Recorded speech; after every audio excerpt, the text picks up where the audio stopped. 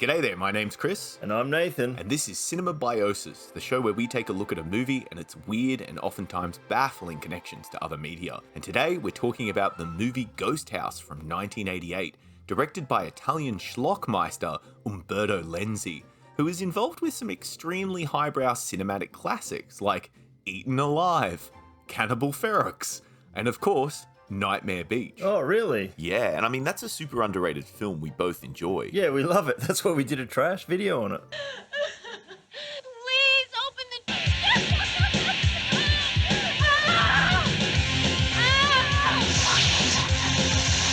Look, I don't blame you for not realising Umberto Lenzi is behind Ghosthouse, because weirdly his name can't be found anywhere on this film. Instead, the direction is credited to Humphrey Humbert, which is a little too close to the name of the protagonist from Lolita in my opinion, Humbert Humbert. Especially when you realise this movie is primarily about a little girl. Yeah, that's kind of creepy. Look, I'm not saying anything untoward about our mate Umberto here, but when I saw that name and remembered what this movie was about, I was starting to think I might get a knock at my door or something. FBI, open up!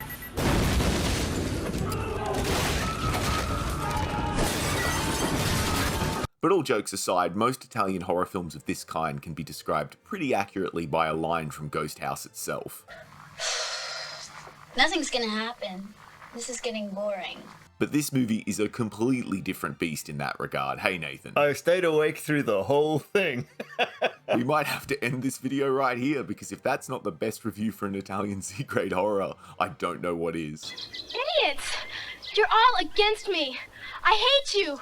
I hate you all! I hate you! So how does our movie start, Nathan? With the sound of a cat, like this screech. It was so loud. Yeah, and then we cut to a dad trying to find his daughter and the source of the sound, and he eventually finds both in the basement when he discovers his daughter has killed the family cat. But what I love is just how unfazed he is by this grisly discovery. Like, he isn't even mad. Yeah, he's like, oh, that's a sin. How could you do such a thing to one of God's innocent creatures? I think you forgot the best detail, which is like, and on your birthday of all days, as if that makes it somehow better or worse. Yeah. Sin on your birthday, darn it. That is the most inconsiderate thing you could do to a person on their birthday. So after locking her in the basement as a punishment, the dad has a conversation with the girl's mother, and they flirt with the idea that the girl might be possessed. And you know what? They might be onto something, because whenever she's around, we hear this weird music.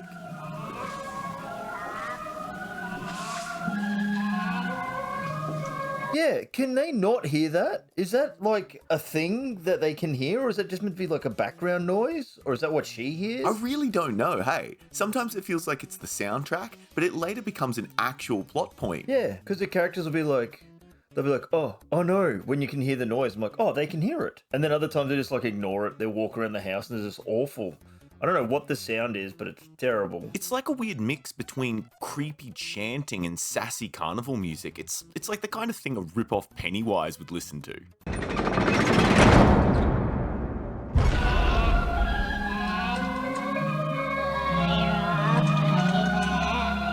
But honestly, the audio in general is really weird in this movie. Like, people are going to think we've added sounds in editing, but that's really what it's like. No, it was one of the unsolved, I'm afraid.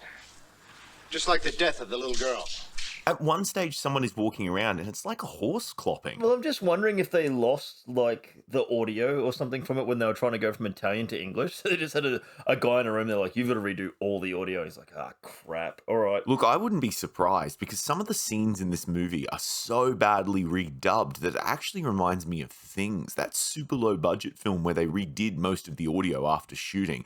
This is ghastly, brutal, horrible, insane.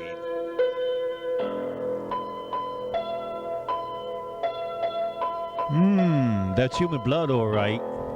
Yeah, and then suddenly it just gets so violent. Yeah, out of nowhere, the film just starts killing people off. Like, the way the dad and the mum, they both get taken out is vicious.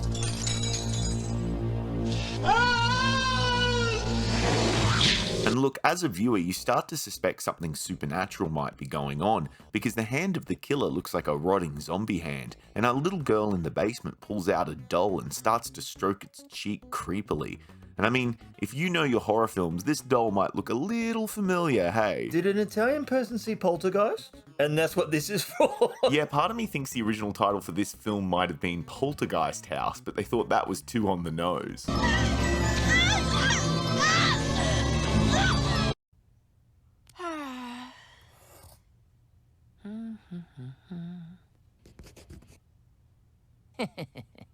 Well, the beginning starts off with, like, the way the family gets killed is so violent and visceral. I was like, oh, wow, okay, here we go.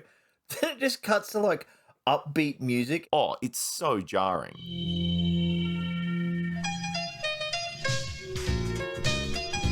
We're also introduced to our main character, who we establish pretty quickly is a ham radio enthusiast. Like, it's pretty interesting making your main character be into such a specific hobby, because most people don't think hero when they think ham radio. I am called Ham, since I enjoy ham radio. Well, I had a note here like, oh no, we're going to be in this room with the radio set up for most of the movie. Luckily enough, that doesn't happen, but I thought, oh no, all the good stuff is at the start, and now we're going to watch this dude just tool around on his ham radio for the next hour. Yeah, I had a similar thought. For a moment, I even had a sinking feeling he might be the only character on screen for most of the film. But luckily, we're introduced to a woman who is probably the best actress in the movie, maybe even the best actress I've ever seen. I made chili. Oh, keep it hot. I'll be there in about 2 hours. Right. And another thing. Keep yourself hot, too. But it's around here we get a little bit of a mystery introduced, thanks to our character's ham radio. What happens, Nathan? Cuts to him randomly talking to the girl. Just cuts to a scene. He's like, I heard weird voices and screaming last night. We should go. I think I can track where it was from. I know you're trying to put on a deadpan voice, Nathan, but you're actually delivering those lines probably better than a lot of actors in this movie could. It doesn't make any sense, though. I swear, I don't get it. But yeah, our characters hear a signal coming through the ham radio that I guess is supposed to be creepy, but honestly, when I heard it, it just made me think of Home Alone 2. Who are you? What do you want? Help! And like you said, our characters decide to go and investigate the source of the signal. Why? Well, we don't really get a reason. And I mean, it's because characters in this movie aren't really characters. They're just objects that move the plot along. And we start to get introduced to just so many different people. Like, there's way too many characters in this movie, and there's nothing to differentiate them. Like, honestly, it's so unnecessary. You could have streamlined this movie to just the bare essentials, but we actually end up getting 6, 7 key characters, maybe even more by the end of the runtime. Well, like, a character who didn't need to be there is the annoying hitchhiker who they pick up on the way there, who's like a practical Joker guy, has like a skeletal hand. Oh, I completely forgot about him. Yeah. That's the kind of stuff that'll get you killed. You don't play jokes on people while they're driving.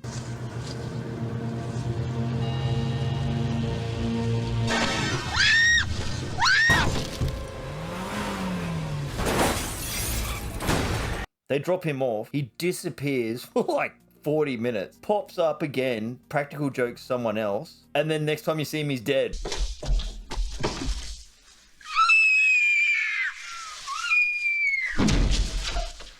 When he showed up dead, they're just like, the dead bodies. Like, oh yeah, that guy. Oh god, look, we're going off the rails here and jumping to the end. But honestly, this is a hard movie to talk about because things definitely happen, but they don't really follow any sense or logic. Like, it's more a series of just baffling events than an actual plot.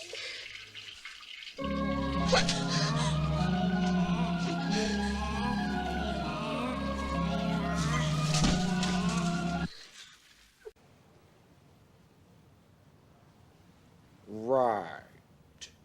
But to put it simply, our characters track the signal to a creepy-looking house that is the same house from the opening of the film, where we saw the little girl and the creepy clown doll. And inside, our characters discover a second ham radio setup. And the guy shows up, and he's like, what are you doing up here? We were just looking for that.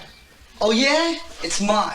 And it's pretty easy to recognize that performance, hey? It's like, oh, that's the voice from the recording you heard earlier. Yeah, apparently this guy has been staying on the property with some other people in a camper van, and naturally our main characters think he's been sending some strange signals over the airwaves, but maybe not. He hears the recording. He then hears the screaming and the weird music, And he goes, well, obviously that's my voice and the screaming's my sister, but we didn't do that. And you're like, okay.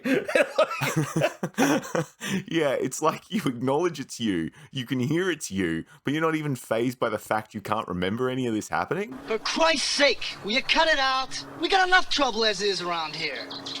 But from there, we're introduced to a slew of disposable characters that are only there to increase the body count. And it's not long until things start turning violent again. You see, this whole time there's been a creepy groundskeeper lurking around the property, and I thought maybe he would be a red herring, but you know what? That's too clever for this movie. He just starts attacking people randomly and kind of becomes one of the big bads of the movie.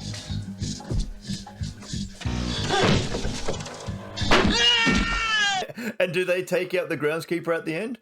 No, he's already dead. They find him hanging in a tree. I actually had to rewind and watch. I'm like, did I miss a scene where he got attacked by something? And then I'm like, nope, he's just there in the tree. Which is super convenient. I'd love to be the cops assigned to that case, hey? An unsolvable case? Solved. Woo! But look, this movie isn't just about a killer groundskeeper. There's obviously something supernatural going on, even if you don't want to admit it. You should believe in ghosts, P-Brain. Because we've got this mysterious signal that has no explanation, which at first I thought was going to be maybe a creation of the cursed house or something to lure people in as a trap. Yeah, or it could have ended with them being attacked by something and being like, no, and they're in the ham radio room. You're like, oh, cool. Oh, yeah, like a causal time loop or something like that. That would have been awesome. But does any of that happen? Nope. Instead, the character whose voice can be heard on that mysterious signal is killed like 5 minutes after being introduced by what can only be described as a haunted fan.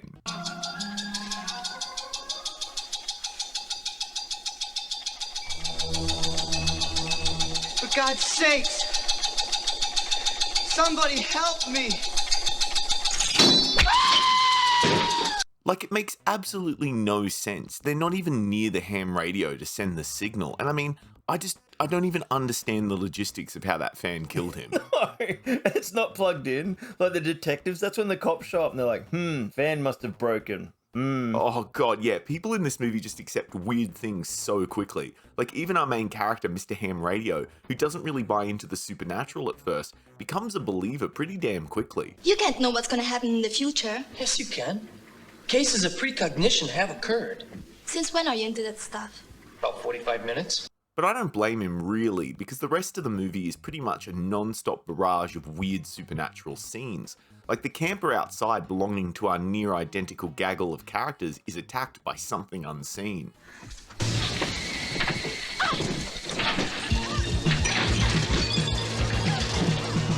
If this band's a rockin', we're in there doing it. And then for some reason a dog shows up with no explanation. And it's growling at the guy and he grabs like a candlestick and he chucks it at the dog. It disappears. And I'm like, was it a ghost candlestick? Or couldn't they do the effect of it going through the dog? So they phased out the wrong thing. Oh man, like, I honestly cannot tell you, hey, this film is like having a fever dream for most of its runtime.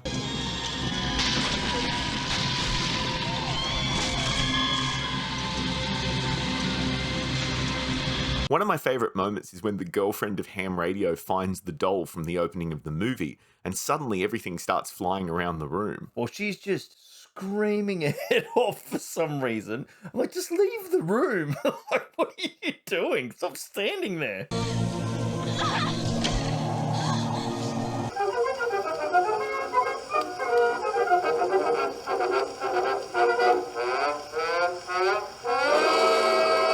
What do we have here? Oh, look at that, a cease and desist from Disney. Long story short, but we kind of get an explanation for everything that's going on. Or should I say an explanation? I'm doing inverted commas with my fingers right now, Nathan. Yeah. Apparently the girl from the beginning of the film was given a cursed doll by her father, which possessed her, possibly? Because he was working in a funeral home and he was stealing things from dead clients and keeping them or giving them as gifts. Yeah, they say like, oh, trinkets and stuff. He had a real bad habit. He used to take little things off the deceased. Why was he doing this? We're never really told, but what's important is we're told that the girl died after her parents were killed because she was locked in the basement and she couldn't get out. And you might be thinking, well, wait a minute, Who killed the parents then? Because there was definitely a physical entity there doing the killing. Was it the groundskeeper? I mean, maybe. I don't know. I actually think it was a skeleton ghost that also inexplicably shows up at the end of the movie. Well, yeah, no, I was 100%, I'm like, that's the Reaper. I don't know why, but the Grim Reaper's now here and he's pissed.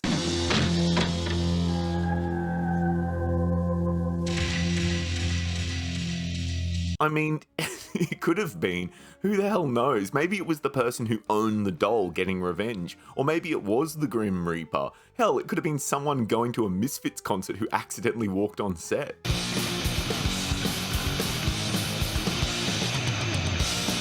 But apparently the only way to stop the curse is for Ham Radio and his girlfriend to burn the little girl's body and the doll. He burns the body and they just all blink out of existence, like I Dream of Jeannie.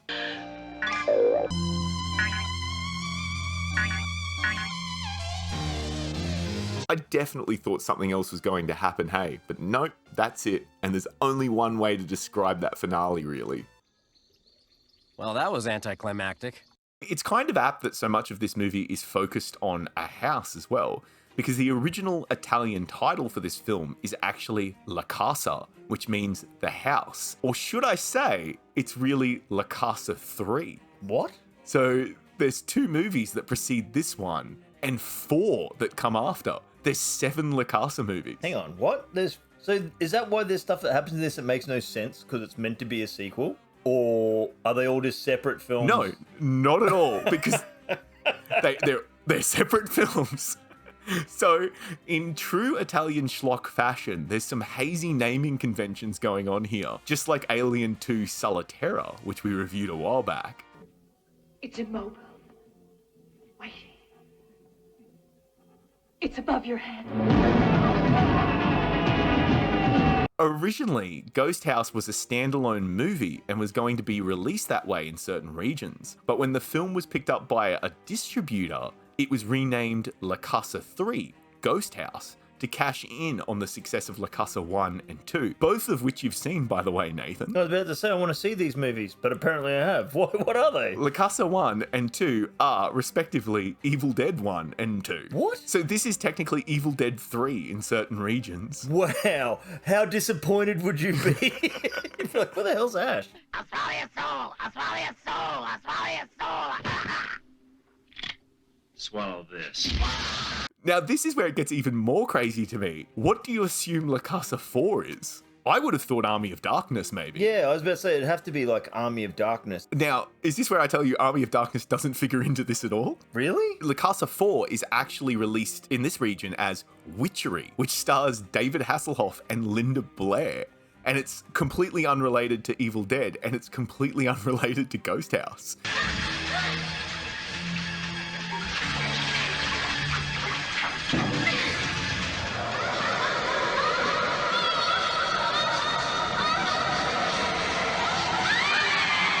La Casa 5 is a movie called Beyond Darkness, which is like completely unrelated once again. But most interestingly to me is La Casa 6 and La Casa 7, which again are movies you've seen. Oh, what are they? Like Aliens 3 and 4? No, actually, La Casa 6 and 7 are part of the House series, as in the American horror film series that started in 1985. Yeah, and they don't even link together well. What I love is La Casa 6 isn't House 1 though. It's House 2, the second story. Well, wouldn't you start at the start? And it gets weirder from there. La Casa 7 is House 3, the horror show, which confusingly was just released as the horror show in many countries and isn't related to House. Yeah, because it wasn't meant to be a House movie, and then they made it a House movie. It's in the House collection box set thing I've got. You watch it, it makes no sense. Oh, look, not making sense seems to be the running theme of everything to do with Ghosthouse. Now try and close your eyes and get some sleep, okay? Okay. So, Nathan, would you recommend Ghosthouse? Oh, yeah, definitely. At first, I was like, oh, okay, here we go, Italian horror movie. This is going to be either great or really boring. But, no, it's fantastic. It's really good. Once I accepted that nothing was going to make sense, I couldn't help but love it. Yeah. If you can accept that it's going to be incoherent, it's actually a fun film. Like, I don't think we're saying this is a good film necessarily, but it's certainly not the bottom of the barrel, at least not for people like us who love bad movies. Yeah, no. Like, I mean, this is no Exorcist, but it's certainly no Ogroth the Mad Mutilator.